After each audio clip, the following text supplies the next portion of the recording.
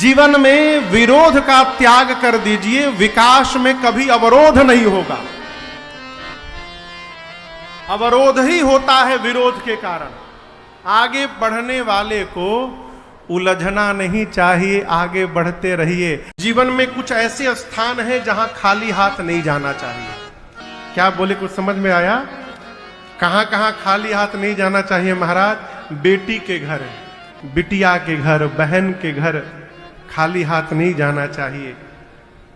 राजा के पास खाली हाथ नहीं जाना चाहिए, और किसी संत महात्मा के दरवाजे खाली हाथ नहीं जाना चाहिए। सामर्थ्य के अनुसार कुछ ना कुछ लेकर जाना चाहिए, ये मर्यादा कहती है। समय जब विपरीत चले ना, चुप होकर के बैठना चाहिए।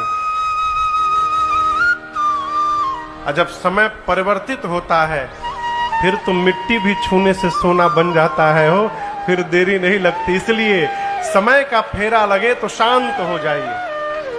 लंका के युद्ध में एक दिन राम जी ने ऐसा बाण चलाया कि रावण के जितने आयुध थे उसके पास रथ में, सारे के सारे आयुध कट गए और रावण रथ से नीचे गिर पड़ा।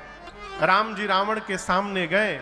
रावण को लगा कि आज तो हमारा अंतिम दिन ही आ गया, मैं निहत्था, भगवान मुझे मार देंगे अब। राम जी देख करके रावण को मुस्कुराए, कहे दशानन, ये आवश्यक नहीं है कि आज ही युद्ध का निर्णय निकले। आप युद्ध करते करते श्रमित हो गए हैं, थक गए हैं, जाइए घर विश्राम करिए, कल प्रातः काल नई ऊर्जा के साथ आइएगा, फिर से लड़ा जाएगा। रावण के जो साथ में लोग थे रथ में बिठाए, लेकर के लंका में गए। आपको बताऊं, पहली बार रावण अपने घर के कमरे में एकांत में रो रहा था। पहली बार मंदोदरी मैया गई और जाकर मां ने कहा कि दशानन के नेत्र में आंसू पहली बार देख रही हूं, क्या हुआ नाथ? रावण ने कहा, मंदोदरी, आज मुझे राम के स्वभाव ने रुला दिया। मैं राम का शत्रु हूं। राम कितने श्रेष्ठ हैं। राम को अपने शत्रु के भी विश्राम की चिंता रहती है। ये राम का चरित्र है। राम श्रेष्ठ शत्रु है।